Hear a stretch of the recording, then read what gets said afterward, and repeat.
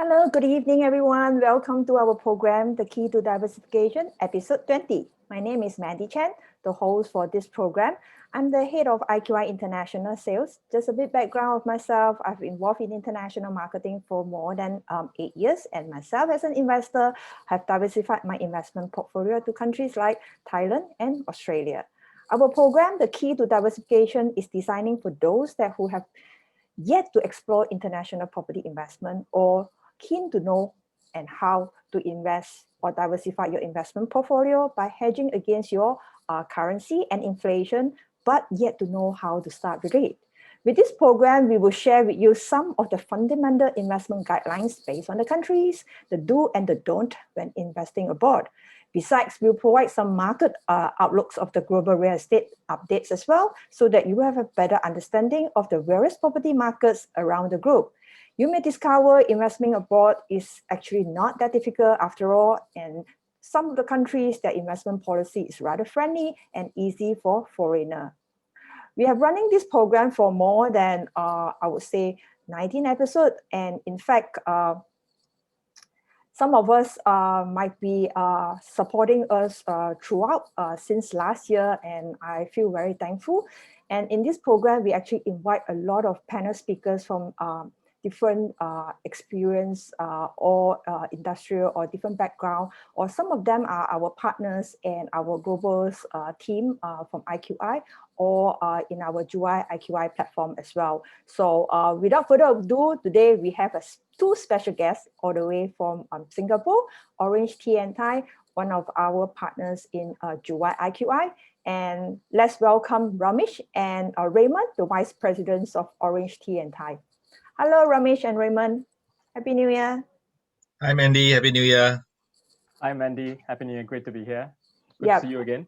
Yes. Would you want to introduce yourself to the audience as well? Yes, sure. My name is Ramesh, and I'm with Orange Tea and Thai for 3 over years now.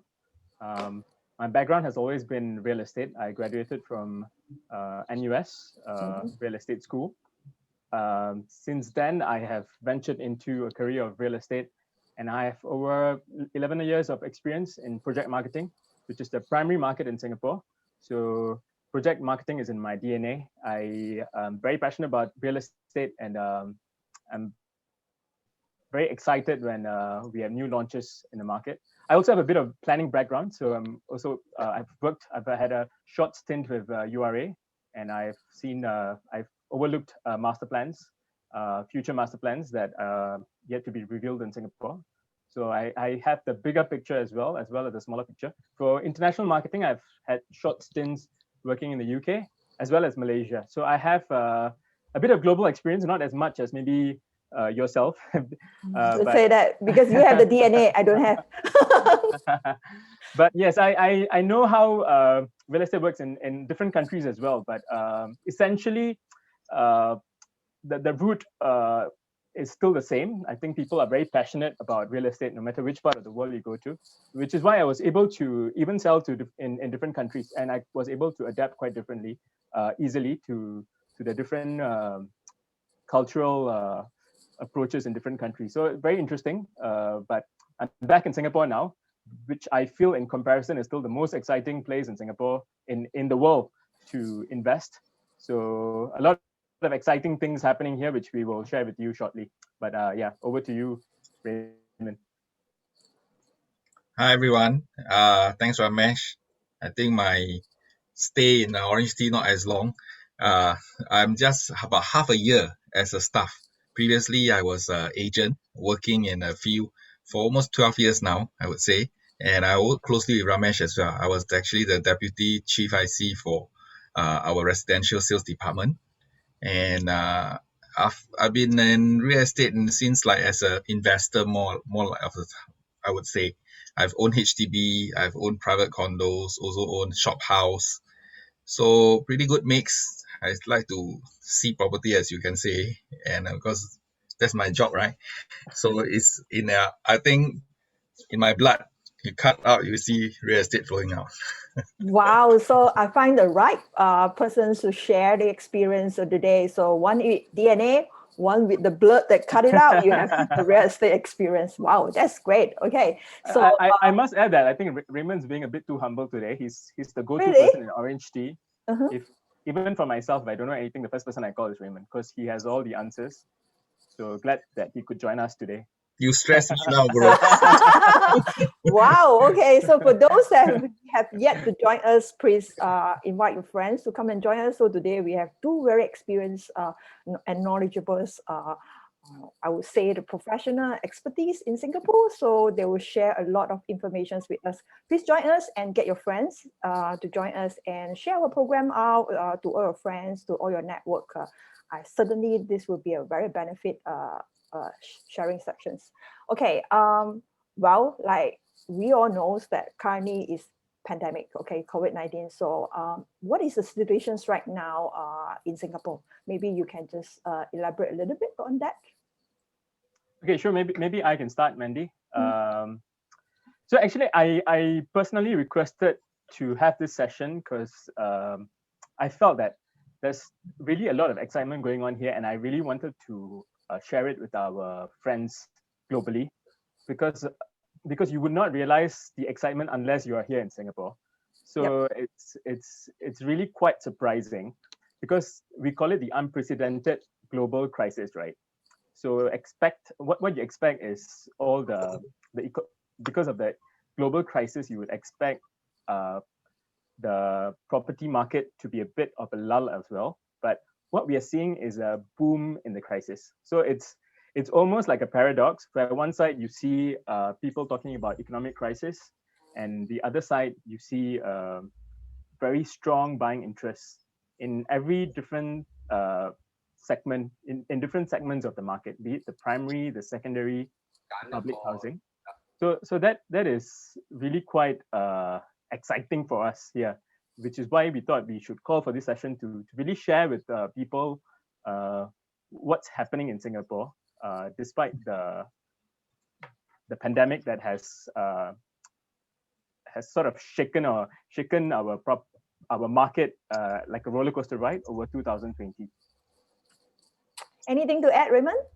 Yeah, I would say that right now the market is very vibrant. I agree with Ramesh totally. Because of COVID, actually I've been talking to a few customers, and I find that one thing, after the circuit breaker, right, they start to reassess their residential needs. Most of them need a bigger space because thanks to work from home, everybody needs to Zoom now. So Yeah. so they need more space, and they really need more space to accommodate this new normal. And not just this new normal, but also because people will reassess their life. It's like, I would say COVID is like a reset button. Mm-hmm. Some of them may say, hey, actually I don't need so much, and I think it's time for me to downsize or for me to move on to something else. So really it's a time where assets exchange hands. At the same time, we also see that why the transaction, not just in primary market, but resale market is very strong, because I would say sellers are becoming more realistic. Because in the past, if there's no pandemic, I would say everybody want to hope for the big apple or carrot to drop, right? So in times like this, they become there's an adjustment, and that's why things can move. And I can say the demand has been strong, not just in the primary, secondary, even in the commercial. Shop houses are transacting. Landed houses is like phenomenal, very fast. So I can say it really expedited and created demand because people has really shifted their mindset in the midst of this unprecedented times. Yeah. Yes, to add on to what Raymond is saying, right? I feel that due to the pandemic, there's like people reflect more deeply in their long-term investment strategy, because also because of the crisis, a lot of people's wealth has been ravaged by currency fluctuations or sharp decline in global equities. So I guess people get a bit more fearful. So usually when you think about capital preservation, the first choice is always real estate. So I think investors and home buyers alike always come back to property as a way to preserve their funds, to divert their funds to a more safer option. So I think that's what we are also seeing in Singapore. I mean, just a quick reflection. When we had a lockdown in April and May, our sales really dropped because we couldn't go out and see the Property. sales. But there were still sales going on. That's even more interesting because people are buying online. But of course, if you look at it on a chart scale, the volume did drop a lot. But once they reopened the sales gallery, the buyers came back roaring in life.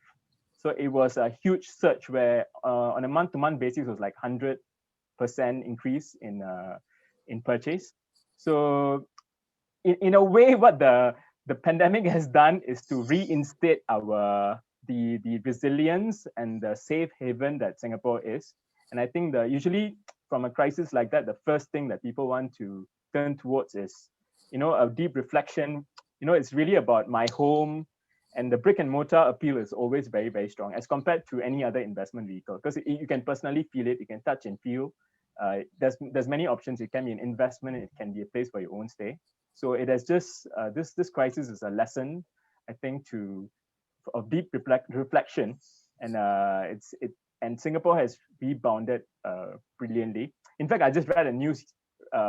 Was it 2 days or 1 day ago in our main newspaper, where we're also seeing a lot of businesses being set up in Singapore during this pandemic period. So that's another interesting phenomena we are seeing, where a lot of wealth is being brought in from other parts of the world, and 17.2 billion, if I remember the figures correctly. This is also going to create a lot of jobs in future. So this is very interesting for Singapore. Instead of being affected by the pandemic, right, it's almost like a blessing in disguise, where suddenly people realize, oh, actually, Singapore is the hotspot now. So it has actually awakened it was never a sleeping giant, I would say, but it has awakened anything that was sleeping so far. So it's like we couldn't see the next ceiling, but now it's been revealed already. That's what the pandemic has done to the Singapore property market. Yeah, in fact, that recently I just read a news that despite the COVID-19 pandemics, the private home price in Singapore in fact increased by 2.2% last year. So that is wonderful, because a lot of people was just saying that, because of the crisis, because of the pandemics, property price gone down, and it's not the right time and all these things.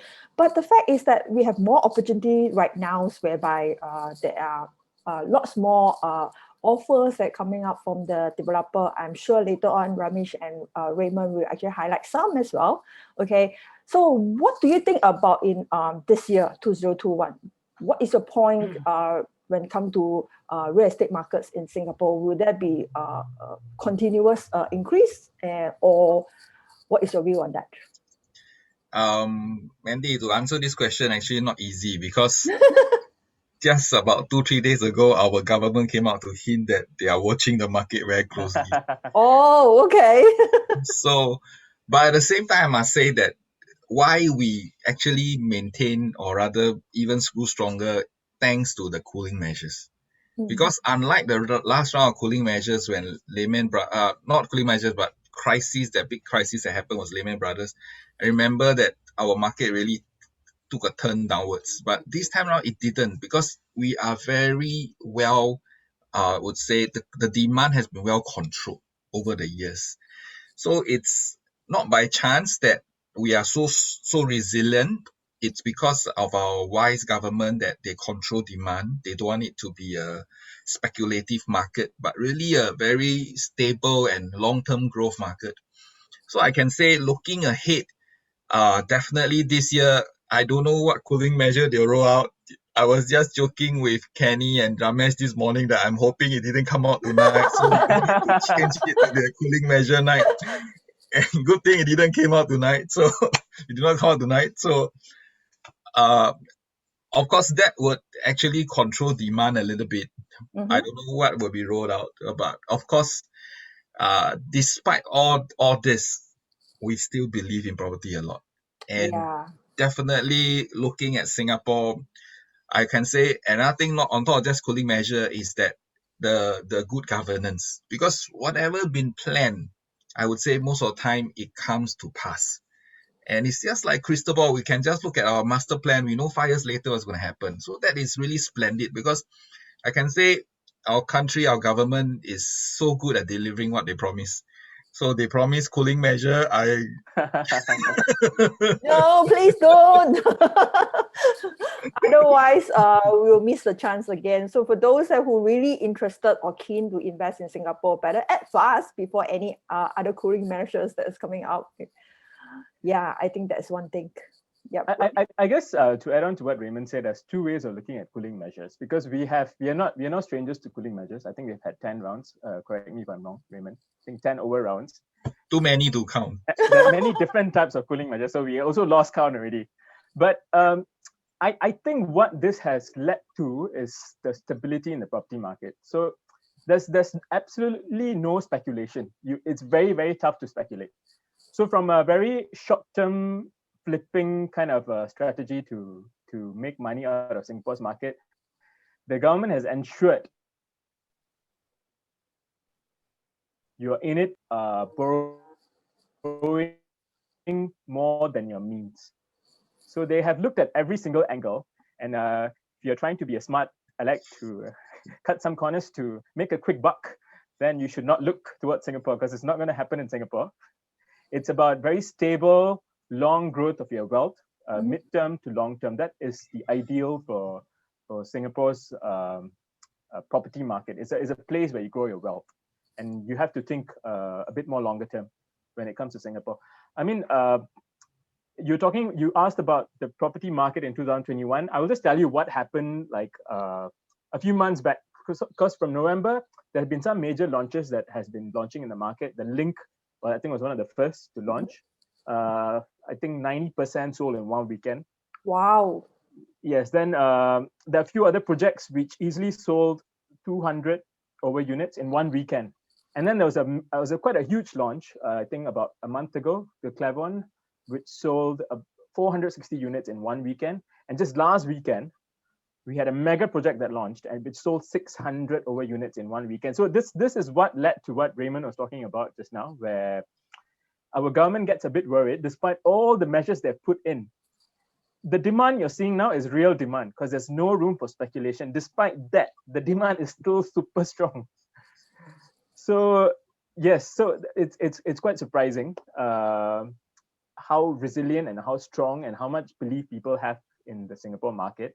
And it's just, I would vouch for the fact, even if they come out with a cooling measure, usually what we have seen in the past is a knee-jerk reaction. And after a while, we just pull up our socks and then the momentum continues. So I'm actually quite immune to it now. Okay, bring it on, man. That's what I'm thinking. Usually when they introduce something that's a knee-jerk reaction for 1 month, after that, things just go back to normal. It's just the curve doesn't seem to subside. And I think your figures were absolutely on point. Yes, 2.2% increase in 2020 despite the pandemic. So there were a lot of speculation saying the price is going to go down. It did not. Yeah. So all the analysts were wrong. The price went up overall. Volume went up for new purchases by 6.5%. Resale went up to almost 30%. So it's unprecedented. And as I said earlier, I think the pandemic has been a blessing in disguise for the property market. Suddenly people realize this is where I want to put my money. Wow, that's great. So give yourself a round of applause for Singapore. It's doing very well. Okay. So with all these cooling measures that you just mentioned all these years, right? In fact, the biggest impact is for foreigner or for locals? Any points that, because investor would like to know, is like this kind of cooling measure, will they stop them from buying into Singapore? Okay. Or okay. It doesn't matter whether there is any cooling measures happening. Across the globe, I guess foreign buyers are a major force driving real estate market, and Singapore is no exception. Mm-hmm. I believe in the peak in 2011, almost 1/3 of all our purchases, if I remember the number correctly, is almost 9,000 over foreign purchases in 1 year. Wow. So that was the peak where foreigners were just coming in. So this got the government worried, and then they introduced all the cooling measures to, in a way, to appease the local citizens. But despite the additional buyer stamp duty they have introduced, we are still seeing a lot of foreign purchases. Right now, it's about 20% of the overall sales. I think last year was about 3,000 over foreign purchases. Yes, the cooling measures has had an impact on foreign buyers, but we are also seeing a structural change in the pattern of foreign purchases. Formerly, during the peak, because I was in the market during the peak also, so we saw a lot of investors coming in, again, to make a quick buck. Yep. So it was very investment flipping kind of motive. But I think the structural change that we see here is even the foreigners are looking at Singapore as a home, to grow their roots, to preserve their wealth. So the majority of the international contingent that we're seeing, the China buyers, also they come in two groups. One is the people, because there's a lot of China companies that are being set up in Singapore. So there are a lot of these China buyers already in Singapore, and then they want to set their roots up here. So these are home buyers buying.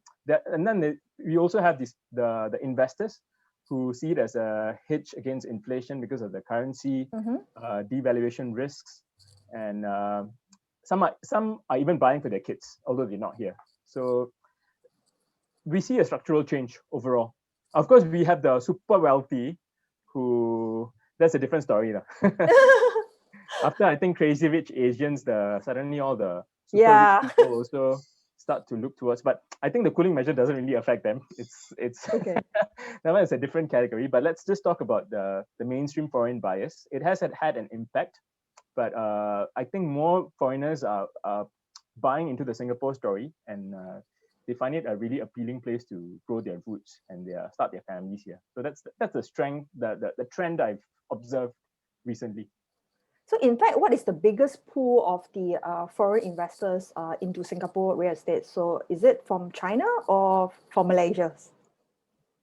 I think statistically, our research analytics department did show that it was actually China, followed by Malaysia, then Indonesia. These are the three main groups. Then after that is India and things like that. Okay.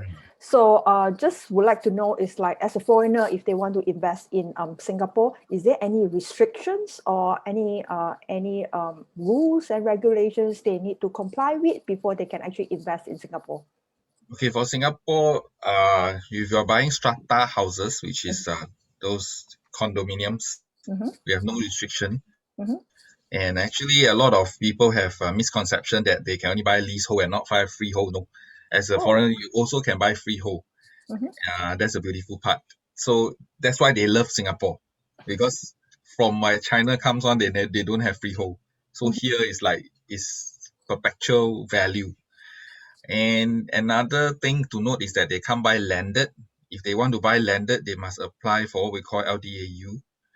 And this special permit for them to buy landed only applies for those super rich.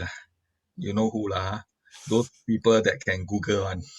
Then, so for those who really aspire to buy landed, can go Sentosa.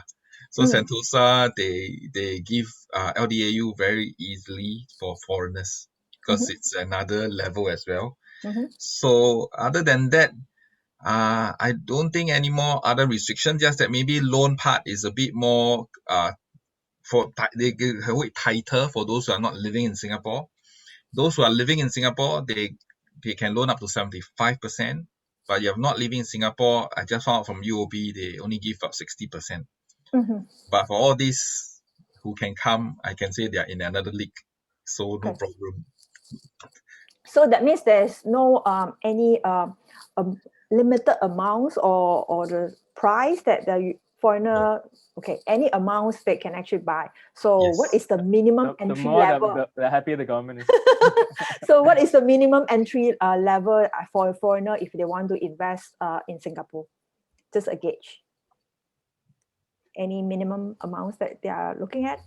Of course, the different markets. There's the primary market, which is the brand new projects that we launched in the market, which is building under construction. A typical entry price in in the outer fringe regions of Singapore, which we call the outside core region. I would say right now the average is about 700 XXK Sing dollars. Of course, as it depends on the unit size. So I'm talking about a 1-bedroom. But of course, if you move towards the more prime locations, the same 1-bedroom can cost a lot more. Yep. Of course, the location, the product, all would vary quite vastly. So we have to look at the specific development or unit that the investor is interested in. Okay, so basically they can only allow to buy those private condominium, right? Not on the HDB, right? HDB only if you are Singapore PR, at least. Yep. Okay. Yeah. All right. So can they buy commercials like shop lots, offices? Yes. Okay. There's no restriction at all, right? Okay. Of course, if the shop has land, then it's a bit tricky lah. Okay. Yeah. I mean, we don't want to go to too much details. Of course, we have lots of experts in orange tea. Yes. So for any of our listeners today who wants to find out more, if they have a buyer who's looking at Singapore, we have a huge portfolio of over 60 projects. So all they need to do is go to our website. We have our orange tea website, orangetea.com. We have all our portfolio of projects on the website. They can look through, and they can also contact any orange tea agent through our property agent review website as well. So you can read the reviews of our agents, and you can contact any of them. They'll be more than happy to cater to your needs. That's good. So another one that is actually pretty important for especially for investors, they would like to know is that what is the ROI and the capital appreciations when they come to invest in Singapore. So maybe you can just elaborate a bit on this. What is the expectations that could an investor roughly get when they invest in Singapore? It really depends on what's your entry price and what's the exit price and how long is the timeline. So we cannot give very like phantom figures, but end of the day, I can say the good thing about Singapore is that normally if you hold it for enough time, definitely you see that the price trend overall goes up. I would say really how to give you an answer, it depends on the location that you are going at. If you're going CCR, that's where high risk, high returns, because usually that's where the foreigners love it. Yep, the central core, right? Yeah, central core is prime, that's where prices are like 3,000 to 5,000 PSF. So, but high risk, high returns. But you go outer, then of course, outside is like low risk, low returns. So in a way, it depends on individual risk appetite. At the same time, I can say that typically, I would say because our SSD is 3 years, most buyers, when they buy, they hold for 3 years. So after 3 years, then if they buy a primary home, like what Ramesh says, if it completes, that's where most of the time we see the most upside potential within the shortest time. Because usually developers, we priced it as they complete, the pricing will move up about 10 to 20%. So that's why that's the most time when we find the most listings on the market. But other than that, I can say Singapore market is quite resilient because most sellers actually they don't need to sell, and they enter. And the one beautiful thing is our low interest rates, because interest rates is like 1.0 something percent. That applicable to foreigner as well? Yes. For the interest rate? Wow. Yes. Okay, that's interesting. Yes, that's I think we have to keep highlighting that, because I know in many different regions around Asia Pacific, or even like UK, the interest rates are quite high. Some go up to even like 8%. I hear. Also, I'm very surprised. So the strategy to leverage in Singapore is very, very attractive, because 1% is really quite. It's unheard of. Yes, it's unheard of. It's crazily low. Okay, so what is the margins that you were talking about? Is, let's say I would buy $1 million of the properties in Singapore. So I can actually go to any bank in Singapore to get the mortgage? So usually we have a framework called the TDSR, Total Debt Servicing Ratio. Mm-hmm. So they will check your income. Mm-hmm. Typically is 60%. You cannot exceed that. Oh, okay. For foreigners, they will check their sources at the same time you show your income, whatever, whether they want to, because it depends on how big your company and all these things, and MNCs that definitely they will recognize. But generally, I would say they are very stringent. Singapore MAS is very tight with the banks, and I would say this COVID situation has also caused them to be more tighter, which is good, because in the long run, we don't see like a lot of fire sale or a lot of auction, because we all know that these buyers enter the market with their eyes open and very strong position. Okay, that's good to know. To add on, I would say that for RHC, we do work with a lot of bankers as business partners who offer very good packages and good solutions for overseas buyers as well. Like if you pledge a certain amount into the bank, they're able to increase the loan amount. And also, if you have funds in the same branch of the local bank in your foreign country, they can also use that amount to give you a loan. So there are many different vehicles that we can discuss and advise the buyers. So any foreign buyers out there, not to worry. Just if you have one of those buyers, just contact us, and we can really explore in detail how to package the best deal for you. Yep, that is good to know. So for those who just joined us, welcome to our program, The Key to Diversification, episode 20. So today we are talking about why invest in Singapore and its potential as well. Okay, so let's talk about dollar and cents when it comes to like buying and exit costs. Okay, so what are the costs that as a foreigner, if they decided to buy a properties in Singapore, what kind of costs that they roughly need to know, and roughly how much is the percentage so that they can prepare? Ramesh, you want to go first? I guess the most jarring cost for a foreigner is, let's say I buy a property for 1 million. Every buyer in Singapore has to pay stamp duty. This is common for all buyers. So this is approximately about 4% of the purchase price. But for foreign buyers, if you are a PR in Singapore, you have to pay additional 5% for your first property. And if you are a pure foreigner, so you have no ties in Singapore, you have no PR status, you have to pay additional 20%. So that's 4% plus 4% of the stamp duty plus the 20%. Of course, for people who are hearing this for the first time, might be a bit taken aback. You might think that it's a huge amount, but remember the earlier figures I shared with you. There are almost 3,000 foreign buyers who still see the value in Singapore's property market, despite this 20% they have to pay. Of course, again, something that's I would say is an opportunity to seriously consider is, again, what Raymond shared earlier, is the primary market, where a developer launches the project first into the market. So the first buyer's advantage always helps you to in a way hedge against the stamp duty that you have to pay. Because by the time, from the point you buy to the time you collect the keys, there's already a certain degree of inflation. And there are projects that I've personally overseen, which has increased price 3 or 4 over times by the time they complete. And this sometimes can even amount up to 20%. So this, in a way, it's quite interesting, where, from a very overview point of view, you might think this 20% is a very huge amount. But it's really about getting this local expert knowledge of where to buy, what to buy, when to buy, which can actually help you overcome this costs that you might perceive as not very favorable for you.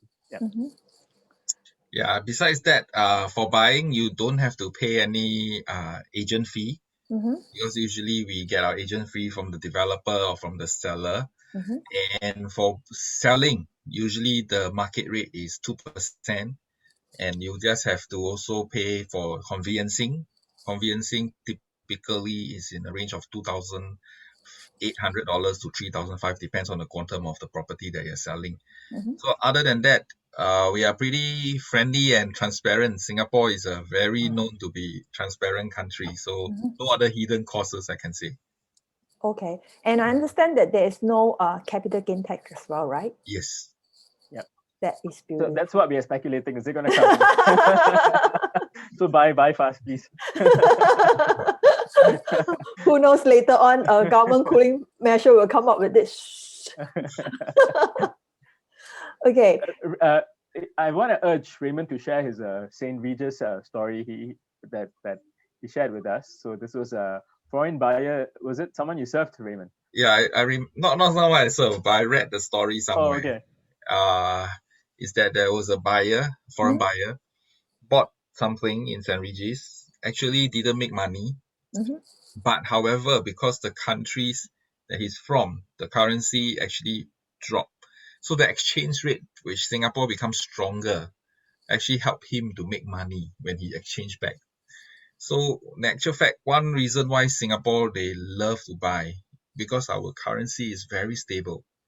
So it's a way to hedge against any currency inflation, rather deflation in value, because Singapore is known to be very stable and strong in our currency. Yeah. Yep, that is exactly one of the, I would say the important criteria is to hedge against the currency, especially talk about Singapore compared to how many years ago in Malaysia. It's like right now it's almost like how many times already. So that's amazing how stable the government is. So that is really a good point to consider when you really want to invest in Singapore. Okay, so a lot of people was just checking, it's like if they were to buy property, will they like automatically getting PR or whatsoever? Is there such things or such options available in Singapore? I wish it's so easy. Gone are the days nowadays, unless you are like another Dyson, then it's very easy. Or your name is Jack Ma number 2. So I think they have tightened the conditions, so it's not as straightforward as before. If my memory correct, Ramesh, I think must create people like who will create employment or things like that, right? Do you remember? They will assess your economic contribution as well. Yeah. To the government, to the Singapore economy overall. Then they will assess. We do not know the actual criteria of assessment, but buying a property does help you as one of the criteria to gain your PR. But it's not the individual sole criteria which will immediately automatically give you the PR. Yeah, no more these stories. I mean, if you right now you compare to other countries, some of the countries maybe yes, but not in Singapore, definitely.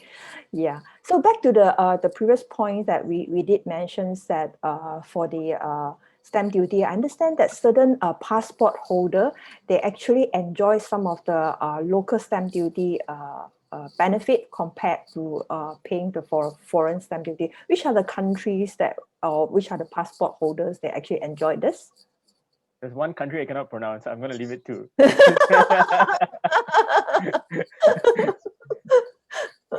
Or just name those the normal ones. Okay, the most prominent one is USA. So if you have any buyers from the US, they get a waiver of this 20% additional stamp duty. In fact, we had a few buyers from the US buy some of our call central projects quite recently, because the choice is obvious, right? You basically get the same advantage of a local, which is amazing. So anybody with a US buyer who has not had Singapore on their radar, right? Please go and shake them up and wake them up, because it's if there's anywhere they should invest now, it's in Singapore. Because maybe Donald Trump coming. I'm sure he probably has already. So US is the biggest country. So especially I noticed a trend. The Asians, the American-born Chinese, they are coming in quite strong because of their US citizenship. They're able to invest in Singapore, and being an Asian location, it's always very appealing to them.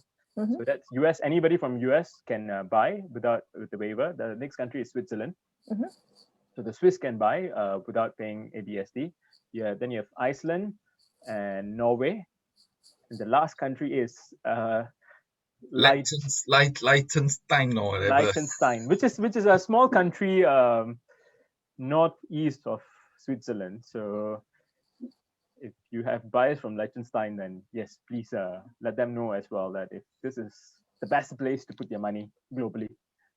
Why no Malaysia, no China, no Hong Kong? Because we are the major investor in Singapore, is it? So therefore, there's no difference. So they If have we to have, impose more. I think our ABSD now is 40%. Let me make a call to our minister.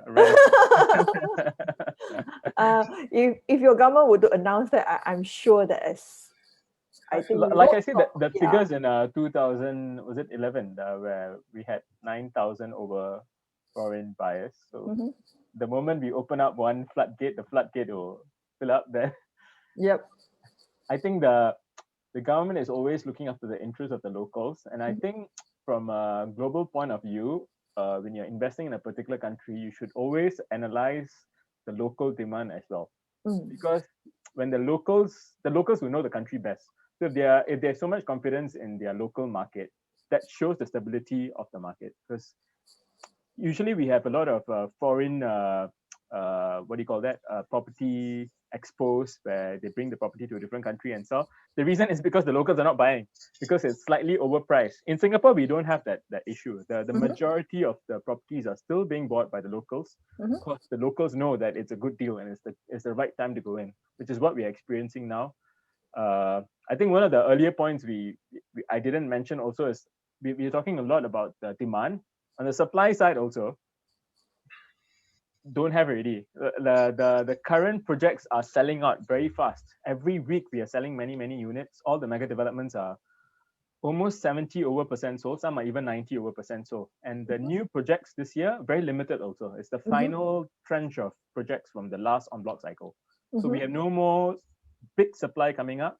The existing supply is diminishing, and there's talks about en bloc fever. So that the supply side is just as exciting as the demand side, because the demand side is as strong as ever, and then the supply side, there's nothing much to appease the demand. So basic fundamentals. When you have this scenario, then there's only one way the price will go. So that's why I think this session. Please don't think that we are here to do sales talk. We don't even do sales personally, but it's really so exciting that I thought that this is really something, is a right time for anyone who's serious on a global scale to invest, and Singapore is definitely should be one of the prime choices, because we experienced this once during the Lehman crisis. And if you're talking about the global crisis, then people were rushing in and buying every weekend. Then since then, I think the trend has started again. So I'm seeing that same trend now. So global crisis again, and then people are rushing to buy. So we are going towards the next ceiling. Yep. Yep. Yeah, for those that was interested to diversify the investment portfolio, and perhaps Singapore is probably one of your considerations, better act fast, otherwise it will be too late then. Okay, since we are talking about this, it's like, what are the investment hotspots that is suitable for foreigners to enter in the market? Assuming I'm the first time investor in Singapore, so any recommendations? Ramesh, you go first. When people ask me a question like that, I'm really spoiled for choice, because too many to choose, right? and honestly, because I'm from the residential project department, we're quite picky on the projects that we market as well. We make sure that the projects we get in are really good projects. So without sounding too diplomatic, every project we have on board in our portfolio is a good project. But if I had to pick one, if you talk about hotspot, the area, right? Right now, I would say the hotspot, because the government has introduced a few land supplies also, but we have already launched this mega project. And mega projects, although it's mega projects, it's 1,000 over units. It doesn't come very often. It's from the en bloc cycle, where you get a huge parcel of land, and then you have the facilities are just absolutely amazing. 9 football fields. Yes. So wow. this project that's launched, I'm not going to go too specific into the project, but this area is very exciting because it's just beside the science parks, the biopolis, the mediopolis. So there's a huge pool. They almost call it the Silicon Valley of Singapore. Okay, so this area has a lot of tech, finance, fintech industries. And there's the tenant pool is just amazing in this area. And there's a few launches that are coming up. One, as I mentioned, has already launched, and that is a project that sold like 600 over units in one weekend, because people realize that this is a hotspot. I mean, other than the talent pool, all the science parks and Mediapolis, Biopolis, tech sectors that are coming up there. We also, if you just go down a bit more, there's the Greater Southern Waterfront, which is a new master plan the Singapore government is coming up with over the next 10-20 years. So the immediate surrounding, as well as a bit extended location, is very exciting. So for me, this is a location that you should really look for. The area is actually called Normanton Park, and it's quite near to NUH, NUS, Science Parks. I mean, you can Google it, but just talk to one of our RHC agents. They will give you a Zoom tour of the whole area and the whole of Singapore. So for me, that's the most exciting location in recent times.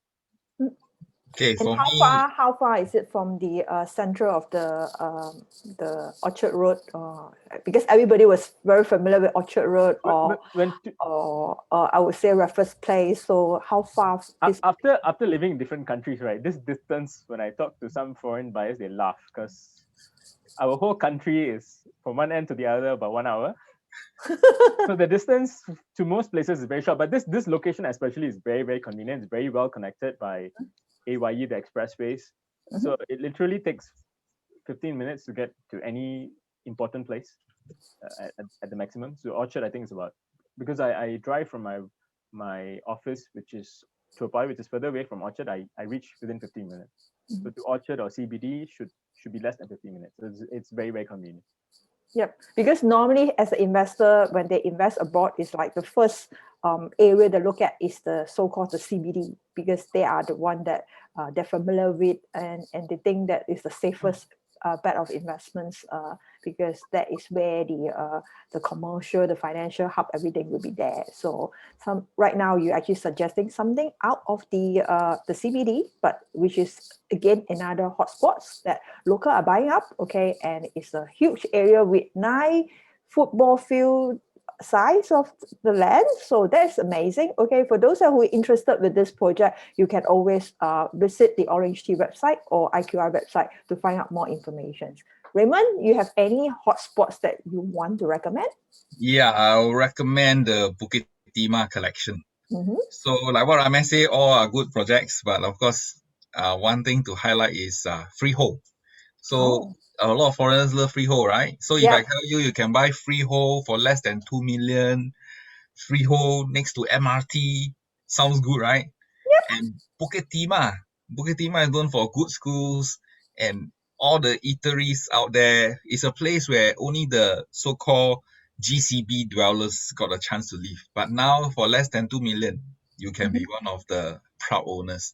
And best part, projects like 4th Avenue, I've talked to my buyer, I say, you can leopard crawl to the MRT. It's literally so close. It's really literally like 20 steps. You are inside MRT, and it's even covered linkway. So you don't even get into the rain, even if it's raining. So it's so convenient, so well located. And Bukit Timah is set to transform. That's why the link sold like 90% during one weekend, because of the Bukit Timah transformations that can happen. And it always have the value, because when you're talking about freehold, right, you don't have to worry at all. It's for you to hold, and a lot of foreigners like to bring their children to study in Singapore. So Bukit Timah is known for one of the best education belt, I would say, from primary all the way to tertiary, leading up to all the universities. So I would say really Bukit Timah, you can never go wrong, given that a lot of our politicians stay there. So it's definitely one of the prime locations. I mean, it's a dream location for a place, but for people. But I think this project that Raymond is recommending it's a really good buy in terms of entry point as well. The price All Green is a very well-known developer. Yeah. Yeah, and All Green is always known to give good quality finishing as well. And right now they have some promotion like free maintenance fee for like 1 year or plus. So I can say it's really like it's unprecedented time, also unprecedented time to buy property. Yeah, especially we talk about freehold property, right? In the Yeah, prime area, I think in Singapore, not many projects that come with freehold, especially those like very close to the train stations yep, and with the accessibility and all these things, it's probably kind of hard. So for those that are really particular with like freehold and leasehold, perhaps this is one of the projects that you consider. Again, if you want to find out more information, you can always PM us, or you can actually visit Orange Tea website to get more information. Contact any one of the Orange Tea agents or our IQI agents. We'll be able to assist you on that. Okay, so Ramesh, for the Normanton Park, any promotions? Because since it's a new launch, is there any like a special promotion package that offer to the buyers right now? One thing that's very exciting for Normanton Park is they're offering a free Mercedes for buyers. In fact, sorry, they're offering 10 Mercedes cars Mm-hmm. for the first 800 unit buyers.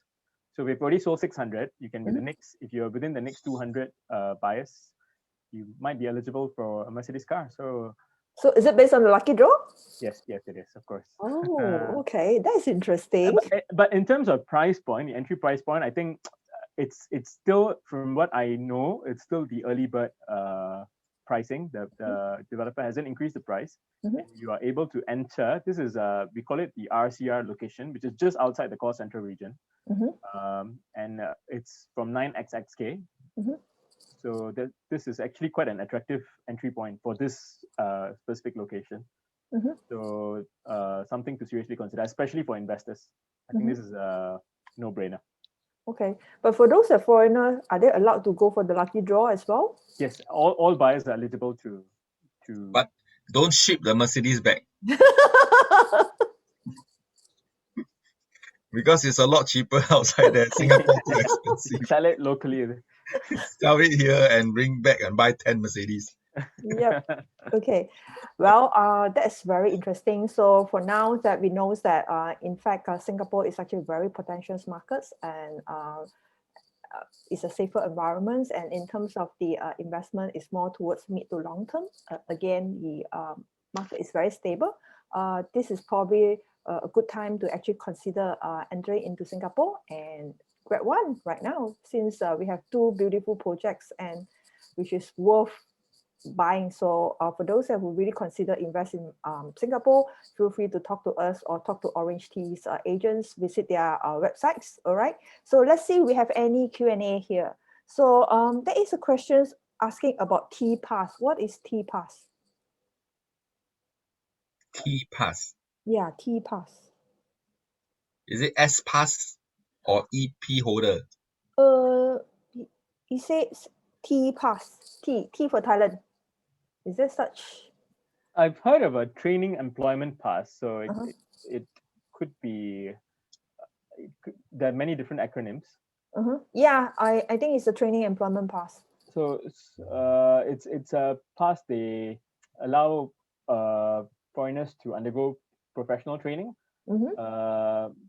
I mean, I don't know how this is linked to property. Yeah. But as long as you're not a PR, I think you still would have to pay the ABSD.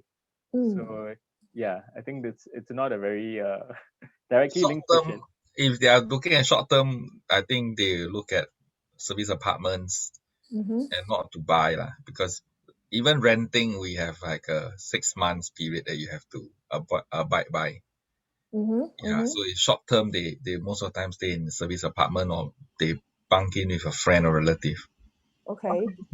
So there's another question was like just checking compared to residentials and commercial, which is a better investments in terms of the capital appreciations, or because some of us is like we know that right now lately there are a lot of those like commercials kind of projects that is actually market in Malaysia as well. So a lot of customers would like to know that the comparison between these two, which give you safer investments in long run and easy exit as well? Okay, commercial, maybe I can just talk about shop house. Ramesh, maybe you can advise about office. I'm not so well versed with office. Shop house has been always a very well-liked collector's item, I can say. Mm-hmm. Why? Because looking at the no more supply, because there's always demand. Government is not building any more new shop house because it takes up space, and definitely those who are what we call the conservation shop house, government is a lot of them are being conserved. So basically buyers can buy, they only can maintain the facade and just change the probably behind. So I can say the demand has always been strong, and the why people like it because it's very versatile. You can use it for office, you can use it for retail, you can use it for even homestay if you want, but no one will do it for homestay because it's too expensive. Most of the time they use it for really for retail use, and also even for hotel, small hotel kind of setup. As for shop house, definitely the rental yield is better, especially those with F&B license. They can really command good rent in a prime area, but really the entry price is very high.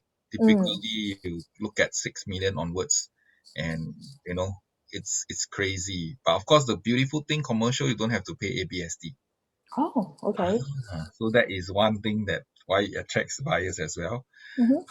But make sure the shop house you buy is pure commercial. If upstairs got residential, then that's where ABSD get charged again. Okay. Apportion it in a way. So other than that, I can say in terms of ROI, if shop house, I can even call it like a unicorn because it's not you want to buy, you can buy. It's whether it does it come out on the market. So it's really a rare breed. Once it released on the market, if a very good location, most buyers, believe it or not, they buy above value. Even Okay. 10%, 10%, 15% above value, they will also snap it up because they know if opportunity don't strike twice, and probably after they buy, they will never sell again. Yeah. So over to you, Ramesh. Okay, as I mentioned earlier, I'm a residential expert. I know not. I wouldn't say expert, I'm I've always been in residential market. My experience in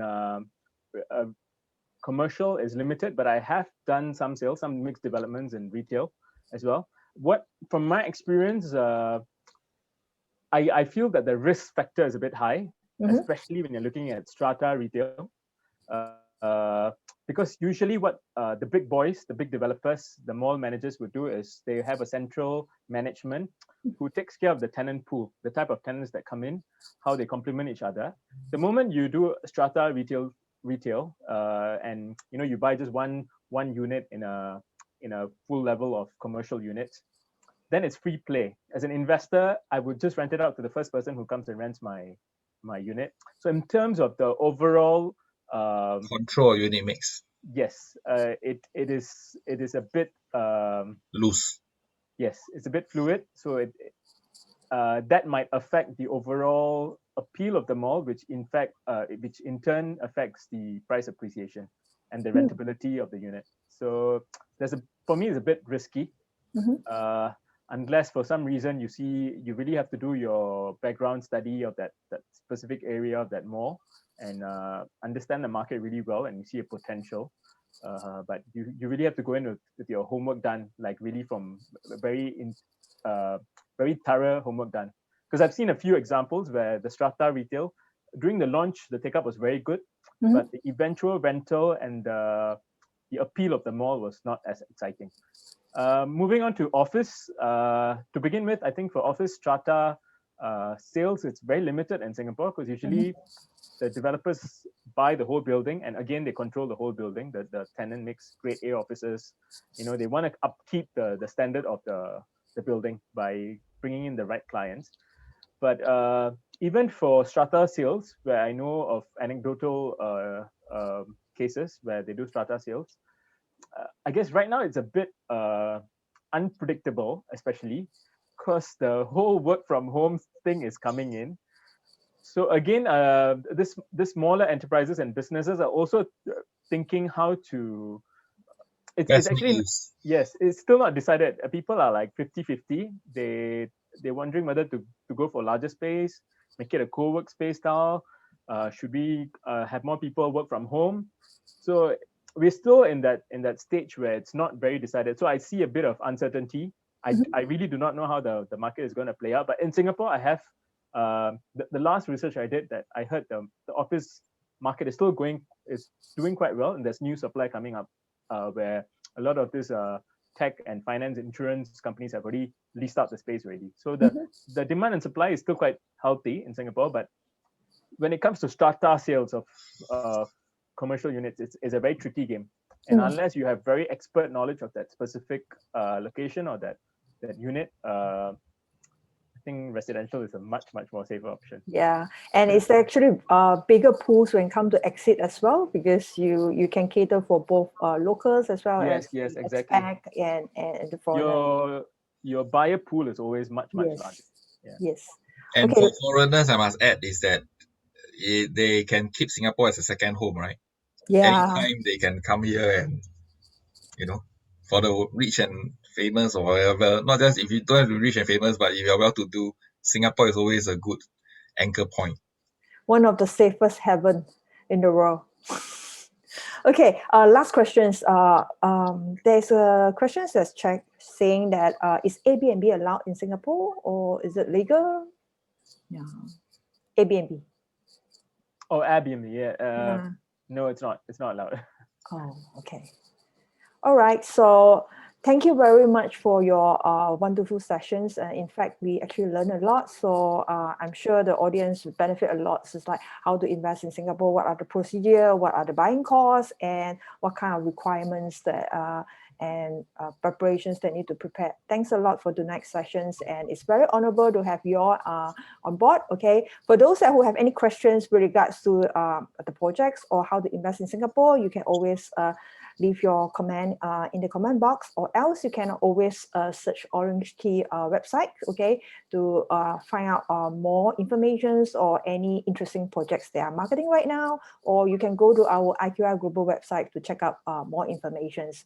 Remember to like our program. Our program will be on every Friday, 9:30 Malaysia time. So we have more sessions to share. In fact, if you miss any of our episode, The Key to Diversifications, you can always go to our YouTube, IQI International Sales, to watch the replay. So thank you very much tonight, and hope everybody stay safe. Take care, and bye-bye.